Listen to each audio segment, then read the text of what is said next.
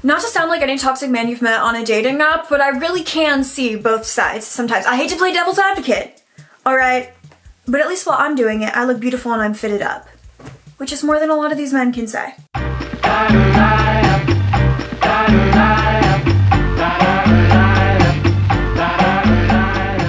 Hi, I'm Caroline. Welcome back to my channel. Another day, another video, which to me means yet another opportunity to give my opinions, but with a fun little twist, because I'm actually going to be reacting and giving my opinions on your potentially unpopular opinions and hot takes regarding fashion. I put up a question box on my Instagram story last week, so if you don't follow me on there already, you're missing out on being able to participate in videos like this. So make sure to do that for future videos, and you're also missing out on all the looks that I'm trying to serve, okay, and curate and cultivate for you. This is my art form.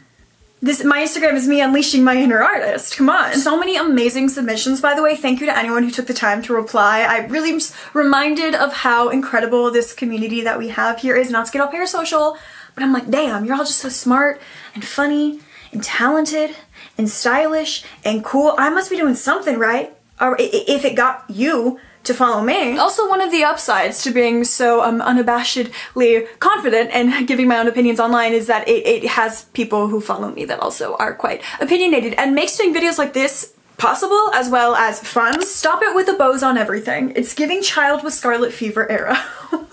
My god, I tried to warn you. Okay, we're just getting right into it. Okay, look, the thing about bows is they have reached such a macro scale as far as trend goes, and I think it's natural when anything just feels so oversaturated in the market to get kind of exhausted with seeing it everywhere you look. Some comparisons online have been made to what bows were in 2024 as far as fashion and trends went, being very similar to what mustaches were in like the 2012-2013 twee era. Bows on shirts and pillows and mugs and people getting bow tattoos. I have a couple friends actually who have a couple bow tattoos, and it does remind me of when everybody was getting the mustaches tattooed on their fingers, and like everything in a Marshalls and Home Goods just like had mustache graphics on it for whatever reason. But unlike the mustache graphic, bows are actually something that have been prevalent throughout history. First thing that comes to my mind is the 1700s French Rococo Marie Antoinette era of fashion, where I mean the girls were tying bows around their neck, putting them in their hair, adorning their dresses with bows. Like there has always been something within us as women, like we yearn to just tie a little pretty bow around something. Like the desire to bow is ancestral. However, as much as I've been defending a woman's right to bow and will continue to defend that right as well as many of other women's rights, I can't say I completely disagree with this reply, because for me the bow really has its time and place, at least as far as it goes with my outfits. I've dabbled, ultimately realized it's kind of not for me, but I can appreciate it on other people. Again, I'm really selective when I decide that I want a bow, and I can't lie, do I love the look of a bow tied around like the buckle of a boot? No. I can't say I do enjoy that, but if other people do, all the more power to them. Also, I do kind of get the scarlet fever comparison. So, you got me there. I don't think every vintage item should be priced high just because it's vintage. I got a lot of replies actually about vintage pricing, that's not even in good condition, or secondhand prices ignore material quality. Why is something that's faux fur or leather priced so high? The increasingly widespread epidemic of Depop listings for early 2000s vintage Y2K Forever 21 or Wet Seal or Charlotte Russe items of clothing for $90? I'm sorry. You want $90 for a Forever 21 top from 2005? Of course, there is an argument to be made about how fast fashion, even in the late 90s and early 2000s, was miles ahead quality-wise than the fast fashion that is being produced now. As a vintage connoisseur myself and someone who gets pretty much all of my clothing by means of thrifting or secondhand, I also can appreciate how the age to an item and how old it is also takes into factor how rare something is and the likeliness of being able to find something like this nowadays, as well as the better quality that these items were usually made with. But there is a point where it's like, okay, you're trying to sell me a top from the 90s that has holes in it in a stain, and you're being like, rare, unique, distressed t-shirt. Yes, there are holes and a bunch of rips and stains on it, but it's rare, $150. And I'm like, all right, there was way. I feel like a video went viral recently of some like vintage workwear seller, this guy, and he was like, vintage distressed jacket with safety pin features, and it it was dead ass safety pins on the jacket in place of a zipper that seemed like it had completely like rotted off the jacket because it was so old and really unwearable. And it's like, okay. Like, we're just calling things what we want now, right? Like, this is just fiction. We're all storytellers at this point. It's just like, yeah, on the one hand, I do think the current state of fast fashion has led people to undervalue good quality clothing and how much clothing really takes to produce and should cost. And so it's why people feel comfortable spending $40 on a jacket from Zara. But if you go to a vintage store and see a jacket from the 90s that is still in good condition and is made with much better materials and is much better quality, but it's $40 because it's vintage and there's this kind of stigma, people wouldn't want to pay that. But they'll buy like the plastic chemical jacket from Zara for the same amount of money. But it's also like, okay, on the other hand, do I think that it's okay for me to be scrolling on eBay and there is a listing for this really cute penny lane coat from the 70s that's faux fur and completely polyester and it's $600? No. No. And we can hold space for all of these things. And I am, quite frequently, I am burdened by the weight of this all. My back hurts from the burden of carrying the weight of all of these things, as well as my huge, giant head full of so many right, correct thoughts. We know it's not hurting from carrying something else, so that's gotta be it. Got a few submissions of people really going to bat for the color combo of black and navy blue in an outfit, and there were a couple other color-related responses. Someone said that they hated the pop of red trend, which I don't take personally in any way at all, because this isn't a trend for me, it's a lifestyle, so why would I be bothered? Okay, generally speaking though, when it comes to like what colors are trending or what colors you should or shouldn't pair together in an outfit, I'm not one to pay much mind to it. I think with certain color pairings, it really is a sort of like unspoken but also spoken fashion rule, because I'm sure if I were to Google black and navy blue outfit, there would be like 10,000 magazine articles that come up saying why you shouldn't wear these things together.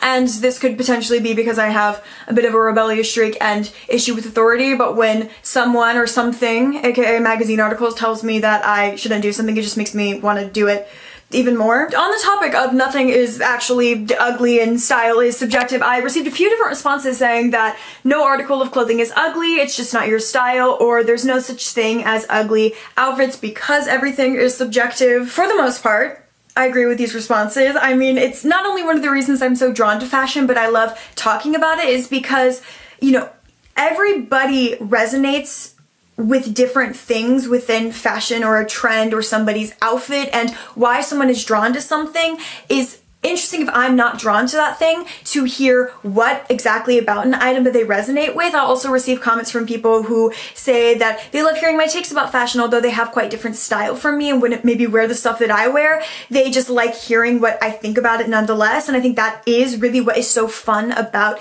fashion.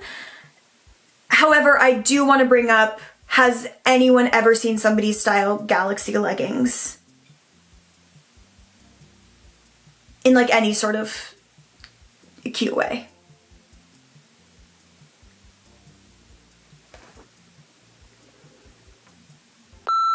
Before moving on to the next hot take, I did want to take a quick break right now to thank the sponsor of this video, Squarespace. As a person who spends quite a lot of my time online, you might think I'm more tech literate than I am, and when it comes to designing a website, I need the most easy and accessible option, which is why Squarespace is my preferred platform. They have such a great variety of pre-made templates for you to choose from, or if you are wanting to customize your own website, all of their editing features are really easy to use, and you can change up anything from the font to different images or colorways. They also have really great practical tools as well. Stuff like built-in analytics so you can potentially track audience numbers coming across your page views, traffic sources, your most read content, your audience geography, all of that and more is available. Squarespace also has this email campaign feature, which makes it super simple to collect email subscription and send out mass updates to all of your subscribers and really help people stay in touch and updated with the community you're wanting to build. Scan the QR code up on the screen or head to squarespace.com/Caroline Tucker for 10% off your first purchase of a website or domain using code Caroline Tucker. And with that, thank you again to Squarespace for working with me on this video, and let's get into this next hot take. Gold and silver can look sick together. I would actually argue with you here that not only can gold and silver look sick together, but I often think they look cooler together than just gold on its own or silver on its own. And this is coming from somebody who admittedly was an exclusive gold jewelry wearer up until about a year ago when I got my nose pierced, and the piercing I wanted a hoop and they could only give me a silver titanium hoop, and suddenly I was like, oh my god, I am now a part of the mixed metal agenda, whether I want to be or not. I am here, so let me lean in.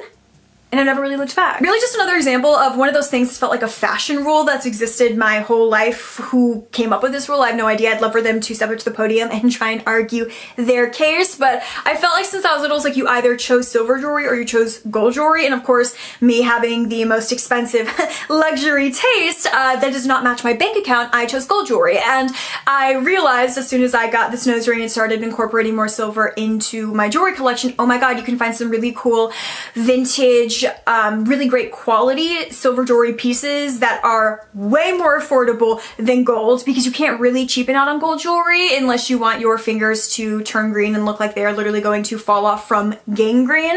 And so on top of it being a lot less limiting, experimenting with silver jewelry, it also was really fun. And you know, the basis of my style, I feel like, is to have fun and be playful and kind of eccentric, so mixing metals is like right up my alley, but I can also see how it wouldn't be for some people. Although it could be cool if you have more simple style, to kind of the one place where you get playful is with mixing your metals in your jewelry. So I don't know. I mean, like everything, like Joni Mitchell said, I can see both sides. She didn't say that. She said I've seen both sides now. Didn't she? Well, I have seen. Also, I have seen both sides now. So real, girl. Yeah. Reading care labels is low-key lost art and should be taught in school. High-key. Actually, high-key. Why does nobody know how to take care of their clothes anymore? I mean, I know why. But you're gonna hate for me to say it because you know it's gonna be late-stage capitalism and fast fashion.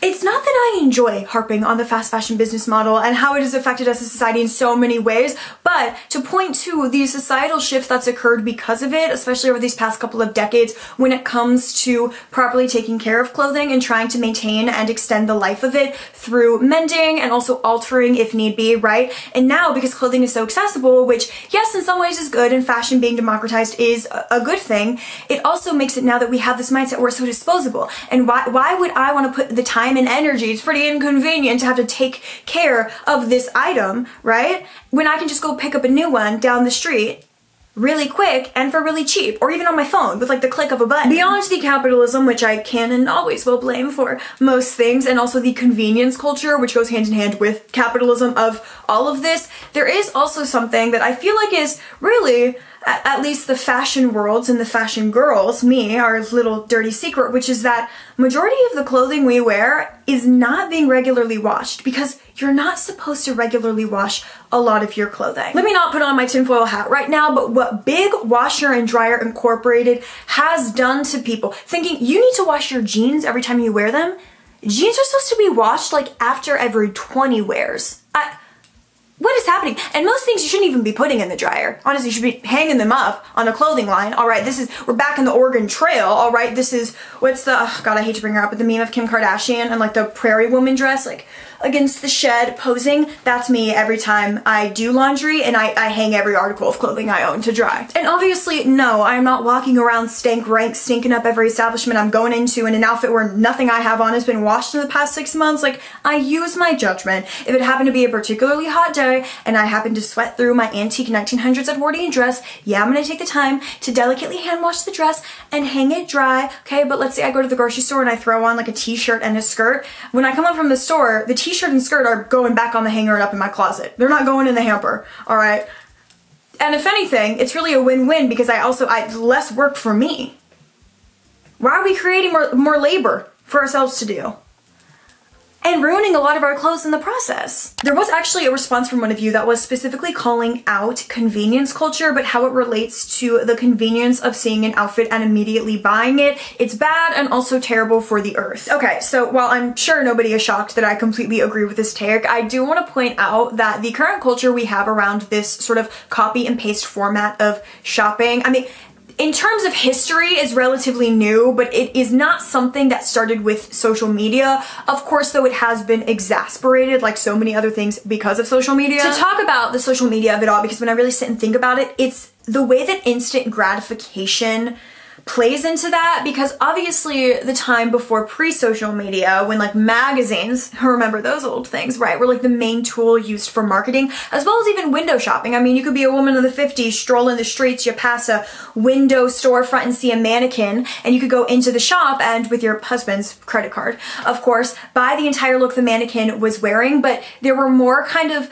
levels to entry and barriers that you had to kind of get through to make you really think more about the intention behind the purchase than we have now with this like link in my bio, click to shop and immediately buy culture. Not to mention, along with the ways that this sort of access is genuinely harming our minds and our serotonin levels and the way that our pleasure sensors fire off in our brains, which so many studies have come out saying that this is a legit problem that we are currently facing as a society, okay? The climate of it all, like this response pointed out, yeah, it's not doing great. Also have been a lot of articles about that. I'm not trying to get into climate doom right now because I'm not a climate doomer, okay? The amount of anti-tabby replies I received, some people just saying that tabbies were strange. One person said that tabbies are the fuggliest trend and probably the most regrettable trend we'll see. As a person who has my own pair of hooves, the hoof life isn't for everybody. I know that we already covered that nothing is truly ugly and taste is subjective, but this was like the sheer volume of anti-tabby sentiment was too much for me not to address. I'm not disagreeing that they are strange and off-putting. I can totally see why somebody would look at them and be like, why are you literally serving horse right now? Not even horse girl. This is serving the whole horse. But some people want to look a little strange and off-putting. Some people want to stroll down the Trader Joe's aisle feeling whimsical and joyous and like a centaur. If your outfit wasn't good on its own, a blazer isn't gonna help. You know, not many outfits are coming to my mind that were vastly improved by adding a blazer on top. Maybe this is just me and the fact that I recently restarted yet another rewatch of the series Girls, which takes place throughout the 2010s, and one of the characters, specifically Marnie, is very 2010s business casual core coded. I'm talking we're going out to the club to block out at 2 a.m. and we're doing it in a pencil skirt and a blazer. That is now what I forever associate blazers with. So when people started in like 2021, 2022, because the trend cycle is cyclical and what goes around comes around, girls once again started wearing blazers out to the bars and to the clubs, but this time with like a white tank top and some low-rise baggy jeans and like an open-toed sandal, slick back bun and hoop earrings. I was just like, okay, Marnie in 2021.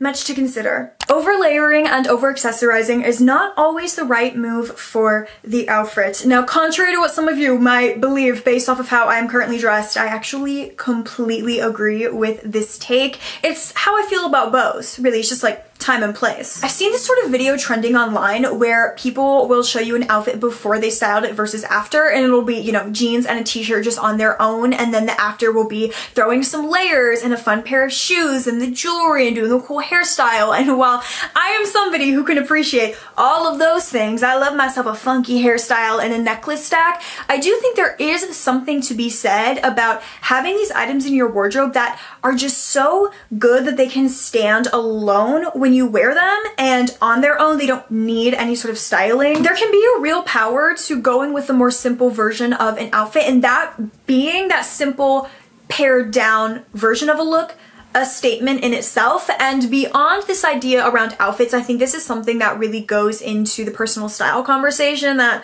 has been going around online recently, because if the internet is going to do one thing, it's find a way to create discourse about quite literally any and every topic. So often the people being labeled with the strongest sense of personal style are people who happen to have this kind of loud, bold, maximalist way of dressing, and how that feels like it's kind of negating people who their personal sense of style is just wearing a white t-shirt and jeans. That's what they are most drawn to and feel the most comfortable and confident in, and knowing that and owning it is just as important and valuable as people owning that they have a more kind of eccentric way of presenting themselves. All right, well, since I brought up the word personal style, I might as well get into some of the replies, which there were a lot I got about this topic, going along the lines of individual personal style looks better on people than what's trending. It's hard for people to be themselves with new fashion trends. People say they found their personal style, but it's all just micro trends, micro trend final boss, etc. To me, the most glaring issue with these conversations around personal style is that it often feels like people are chasing what is most unique to them instead of what is most authentic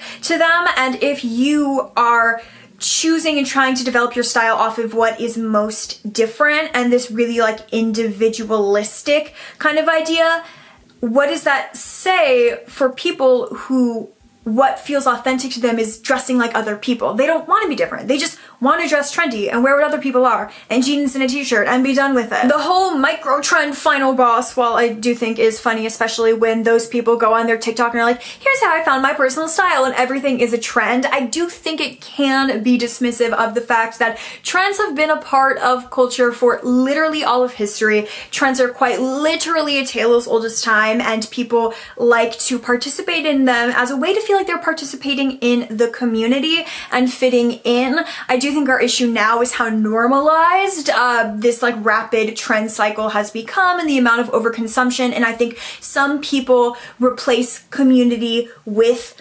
consuming. But that's another discussion for another video. The more I say the word, the more just exhausted I get with it. Anybody else, and this is definitely, I mean, one, I exist in an echo chamber online. Two, I'm a part of the problem. How many times in this video have I said personal style? It really is that Jemima Kirk meme where she's like, I think you all are thinking about yourselves a bit too much. That's how I feel with the personal style conversation. It's like, just go and live your life and you'll find your style by doing that. Jeans shouldn't be a trend topic. Different styles and cuts suit different people and should fit with your wardrobe. When I tell you, but easily the #1 response I got from people, which kind of shocked me, was something relating to denim and jeans. At first I was a little surprised, I can't lie. I didn't realize that denim was such a hot debate topic, but then when I thought about it, I was like, I mean, out of every item in a person's wardrobe, I feel like the most universal, yet also specific to a person is jeans. Such a wide variety to choose from that it almost feels like decision fatigue because there's so much to take into consideration, from the fit, silhouette, rise, the wash, the stiffness, the thickness, and yet with all of these options, it still feels like nobody can ever find a pair that actually fits their body correctly in a way that makes them feel good. It only feels right because I did get so many submissions to kind of rapid fire through some of the ones that I received the most, starting off with some of you just don't even like jeans and you think pants are overrated, which I did go on a date with a guy once who started to go on a rant about how he did not like jeans or denim overall, and that was our first and last date. So a lot of people having a lot of feelings about skinny jeans as they have been making an appearance in the trend cycle, which to me makes sense considering that the 2010s are having a moment right now and skinny jeans were such a pivotal part of 2010s fashion. But I also think they kind of had a moment in the 80s, which I'm also seeing start to become more popular with that era of fashion. Do I see myself participating in the skinny jean comeback anytime soon? No. And I will say the only people I've really seen styling them recently have been usually tucking them into a boot in this very kind of equestrian horseback rider way, and I feel like if you're having to cover the part of the jean that makes it skinny, it's kind of an inauthentic representation. So I am interested to see how this maybe plays out over this next year. I mean, don't get me wrong, in 2010, not only skinny jeans, colored skinny jeans went triple platinum in this household. But in 2025, I can't say I see that happening for myself. Oh, another type of jean that was trending in the early 10s that one of you had some love for, which was stretchy jeans. They were superior because vintage and current pairs are uncomfortable. I mean, I'm always saying everything is so personal, aren't I? Because I am actually kind of anti-stretchy clothing overall, which is not popular, I'm aware, especially when it comes to denim though. I love a thick, structured pair of jeans, and I kind of think of it almost as this person likes regular paper and I like construction paper. I don't know why that analogy came to my head. Barrel jeans. Oh, a lot of you had actually pretty good things to say about barrel jeans, which I feel is probably a reaction to the overall anti-barrel jean sentiment that I've been seeing online. You know, when I really think about it and how certain styles of skinny jeans remind me of the 80s, barrel jeans are also very 80s parachute pant adjacent. And just like skinny jeans, barrel jeans also do not have a place in my wardrobe now or for the foreseeable future. But I don't hate them as much as other people seem to. Actually, I have a mutual, Mariah, who she is one of the first people that I saw wearing barrel jeans, but also saw who was styling them in a way that I really liked. Like, if anyone was going to sell me on buying a pair of barrel jeans, it would be her. If you want some style inspo, you should definitely check her out. She just like styles everything in a way that's cool. And I'm just like, do I want what you're wearing, or do I just want to be as cool as you? Is constantly what I'm asking myself when I look at her outfits. And last but certainly not least, because y'all had a lot of smoke for low rise, and just I actually only saw negative things about low rise in these responses. So maybe this isn't a safe space for me to come forward as a low rise pant truther. Not only do I like my jeans to be stiff and thick, I also like them to be low rise. I should clarify, however, and maybe ask any of the people who submitted one of these responses to clarify, I'm not referring to the ultra low rise of the late 90s, early 2000s, where it's like butt crack is hanging out, okay? We're not seeing crack on me. But what am I talking about? Sometimes I hear myself speak and I'm just like, you do this for a living? You talk about butt crack on Maine on YouTube and people pay you? What? It's okay to buy from fast fashion if you wear it for years to come.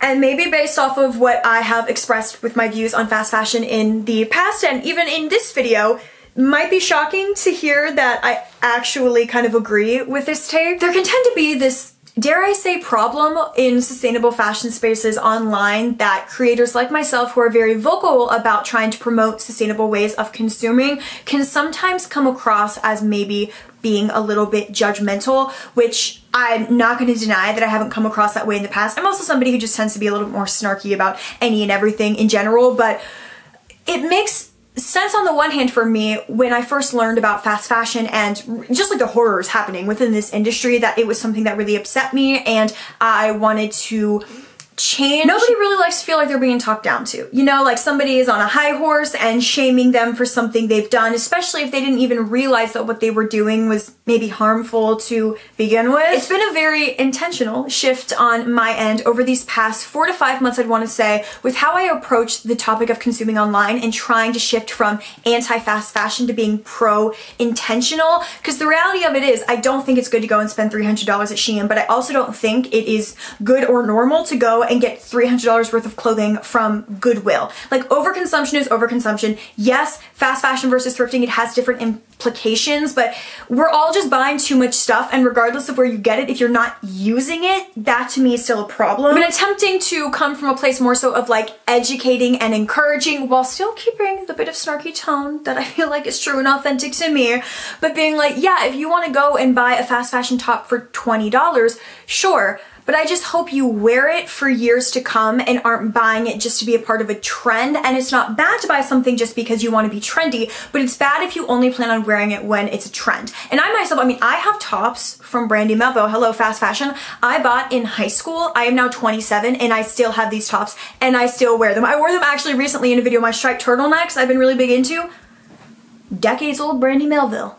Yeah. Overall, I think it just does more for my end goals as somebody who is a part of this sustainable fashion movement and this community, that I try to be a good voice in if I make people feel welcome and like interested in wanting to be a part of this as well and learn and maybe change and reflect on some ways about their life, but also making that feel accessible for people to do, because it can be really daunting if all you've ever known is buying fast fashion to have somebody being like, cut it off, you suck. Like, I get that, right? And I get why people are also frustrated about that and feel that way, because I feel those ways too, but it does more to kind of be encouraging of others and not feel like this is some like really like exclusive, you know, morally better, like I'm on my soapbox talking to you environment to be in. I hate the bag trinkets slash charms. And you know what? You are so brave and so real for saying that. I don't entirely disagree with you, although I also don't entirely agree. I've been an admirer of the bag trinket charm trend for a while. I've also been vocal about it on this channel because I love any opportunity for people to have fun, get creative, and some personalization. And so this was something that really appealed to me at first. However, when I would try it out for myself and adorning my own purses with trinkets and charms, I never felt like I had quite the right things to put on my purse. I couldn't find exactly what I was looking for, and if I thought I did, I would try it out with my outfit and it just kind of felt inauthentic to me, like kind of harkening back to that idea of like performing personal style. I felt like I was performing this trend, and so I decided ultimately it wasn't for me in the end. And wouldn't you know it, the way that I feel about bag charms is yet another thing that has ignited online discourse. Not me specifically, but this feeling of like performative bag charms versus authentic. And when I said the internet will find anything to debate, I was not kidding. Bag charms not exempt. And I think, to sum it up for you, once companies caught on to the bag charm trend, they started selling prepackaged ones, and people were calling that out online, saying this goes against the personalization aspect of bag charms that made this trend so appealing in the first place, and taking the time to really collect and get these trinkets that felt meaningful and had sentimental value to put on your bags, maybe tell people about yourself, and that gets lost when you buy a prepackaged charm, and other people being like, well, you sound pretentious saying that, let people buy the charms. And I'm just, as I always am, like, I love fashion and it's fun to have opinions, but also this is a little exhausting. Are we not tired? I'm tired. There's a case to be made about how when somebody buys something that feels like it has sentimental value, the likeliness that that person then disposes of this item is less because it has meaning behind it, right? Versus when somebody is just buying something to be a part of a trend, it can maybe lead to people viewing items as more disposable. So I can get that aspect of the bag charm thing, but I also think like if somebody sees something and a part of it resonates with them, like that is enough for it to become something that is personal to them and a part of their personal style. And I mean, curated bag charms or not, I do think it's cool when people get creative with the personalization aspect, but I'm also not gonna knock people who wanna buy it as long as they intend to have it for a while. And either way, I'm not participating in it, and it's not for me. But I'm happy for all the people that like it, and I'll continue to like the Instagram photos of the bag charms, all right? Don't you worry. I'm putting in the work. I'm doing the important work. Received a few different submissions from people calling out fashion influencers and how most of the time they don't even have that great of style, or it seems like they promote consumption more than they do promoting anything regarding fashion or style. And I mean, if you've seen my video I posted over the summer called You Don't Like Fashion, You Like Consuming, I go deeper into this topic. I agree with these takes, and yes, I'm biased as I've been biased with everything I've talked about in this video, but I do think it's one of my better videos, definitely one of my favorites. So is any of this low-key shade of me because I am technically a fashion influencer, and maybe it's hypocritical for me to even talk about this to begin with? There is something that I didn't really talk about in that video that this is perfect opportunity to bring it up, which is the fact that it does often feel like in these online fashion spaces, the people who are able to garner the largest audience and be platformed by brands often have a more basic way of dressing, which is not bad to dress basic, and it makes sense that somebody with that style, which things are basic because they're popular and well liked for a reason, so it would make sense that more people would maybe resonate with a person who dresses that way. As someone though who I have this kind of more bold way of dressing, and I love following people who I feel like have a very fun, playful, they push the boundaries and think outside the box with fashion, and it can suck sometimes when I feel like those people never get their flowers. It's fashion week and there's all these influencers sitting front row, and half of them don't even make content really centered around fashion, which that's crazy. But the ones that do, they're just never the people who I feel like are the actual like fashion girls, right? There is a really key factor in all of this though, which is the way that brands engage with influencer marketing now. It's really an extension of how they view models, and I watched enough America's Next Top Model at age 9, which I'm sure did nothing bad to my brain at all, but to know that when brands work with people, they prefer somebody who is more of a blank image in canvas that they can project their brand image onto, instead of working with somebody who has this like very strong singular identity and fashion voice. The sauce lists sometimes remain on top. But if there is a drip drought, I'm not gonna be one of the people that's thirsty. So, God. That was so bad and cringy. If I got embarrassed, that might have been the moment I would be embarrassed of, but I'm cringe and I am free. And so with that, I feel like this is a good point to wrap this video up with. Wow. I hope that you found this video entertaining. I hope that you liked it. Thank you so much if you made it this far in, and thank you again to anyone who took the time to send in a submission. This was a fun opportunity for me to kind of dabble in topics that I have maybe thought about making longer videos going more into depth on, and that could still happen in the future. So if there's any of these things that you want me to expand further upon, let me know. Huge shout out again to Squarespace for partnering with me on this video. Stay sexy, and I will talk to you in my next video. Bye.